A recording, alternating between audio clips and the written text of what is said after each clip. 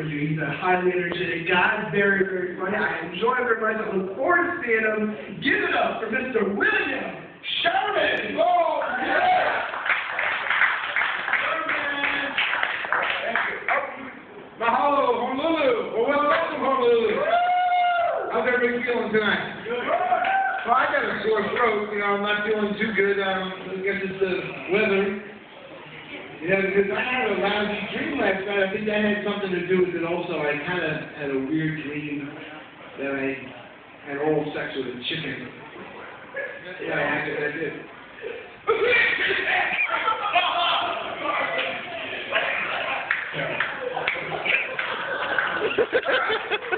That's the worst part about it. Oh, honey, I'm home.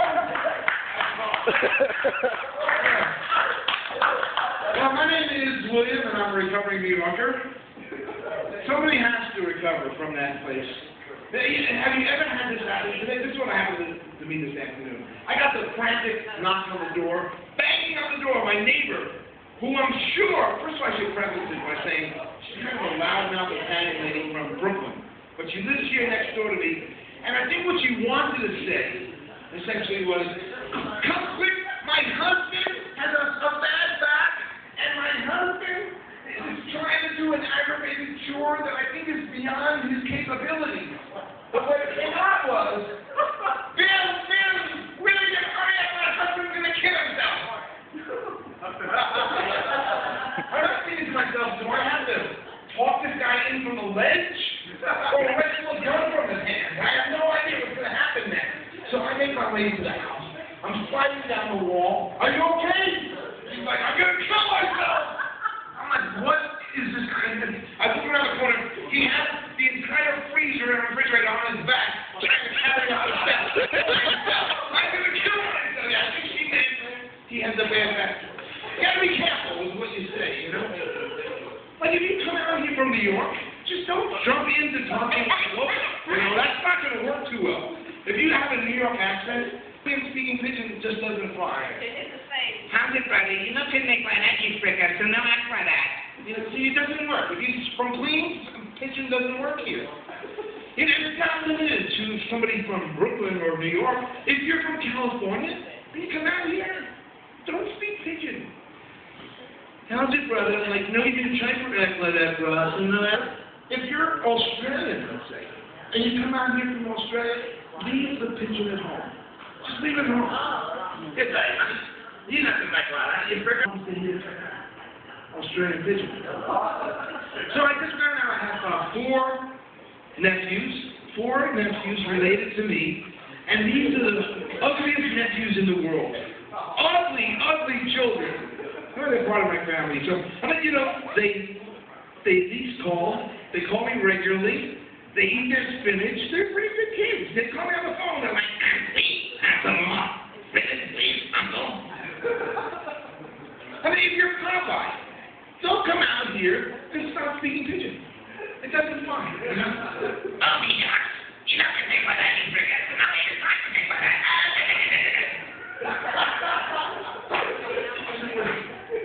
I just came in from Thailand. I was in Bangkok. And it's beautiful country, exotic, beautiful women, great food, exciting. The only thing I could find to do in my hotel room was watch cartoons. I'm in Bangkok and I'm watching cartoons, and I watch a cartoon of all things of Popeye. The cartoon speaking Thai in his Popeye voice. He was like, "Come on,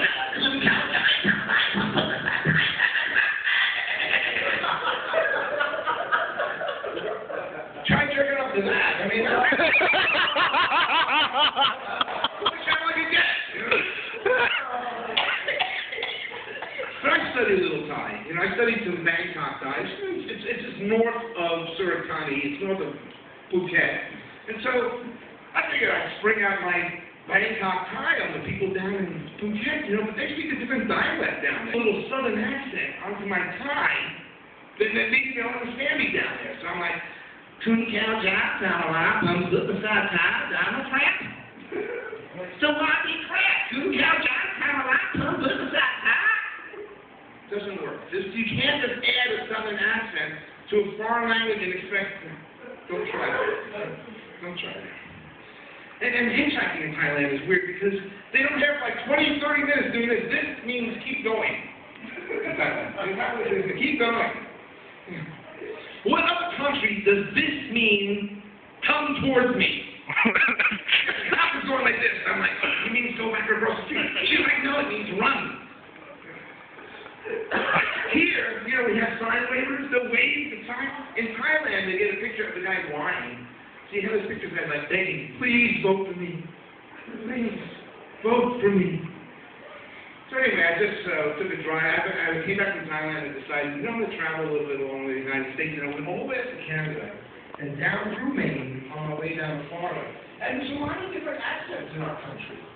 You know, like up in Maine, you know, like everything's everything's You know, and in Maine, everything's more like And in Boston, it's like park your car, how they die. And then you get down in New York and people are talking like this.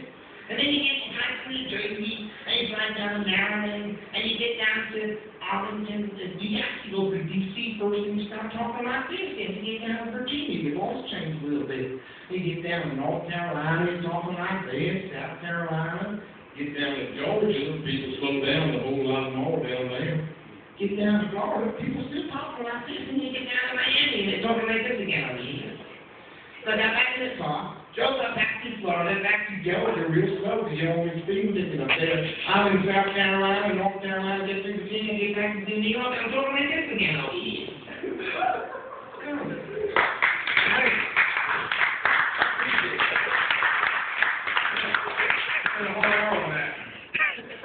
My son and I just came home. We went out for dinner. We thought we'd get something to eat before we got here. And the waiter comes to the table. I ordered some soup before dinner, and the guy's got his thumb in my soup. I'm like, excuse me, brother. You think I noticed you had your thumb in my soup? He's like, oh, well, yeah. I'll get a rheumatoid arthritis then. Well, yeah.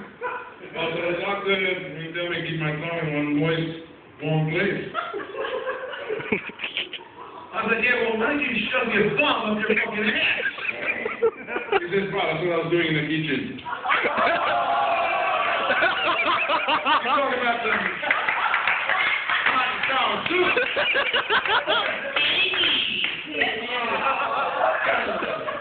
Anyway, folks, I just broke up with my girlfriend, so I'm a little bit upset, and you know, she's half Jewish, half American Indian. Yeah. She's part Sioux and the other part Will Sioux. Her father was Chief Sidney Goldberg. You know, his father invites me to the younger brother's bar mitzvah, running Jeffrey. And they made me wear this yarmulke with 3 feathers sticking up at the top. I don't know what to do. Do I write him a check or give him beads and trinkets? I have no idea. And I tell you, when this family can party, they literally dance up a storm. I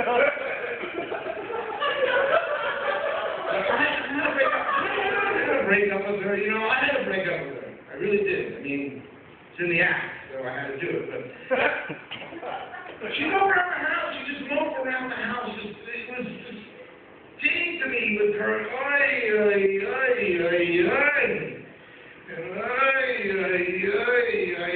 moving around the house all weekend.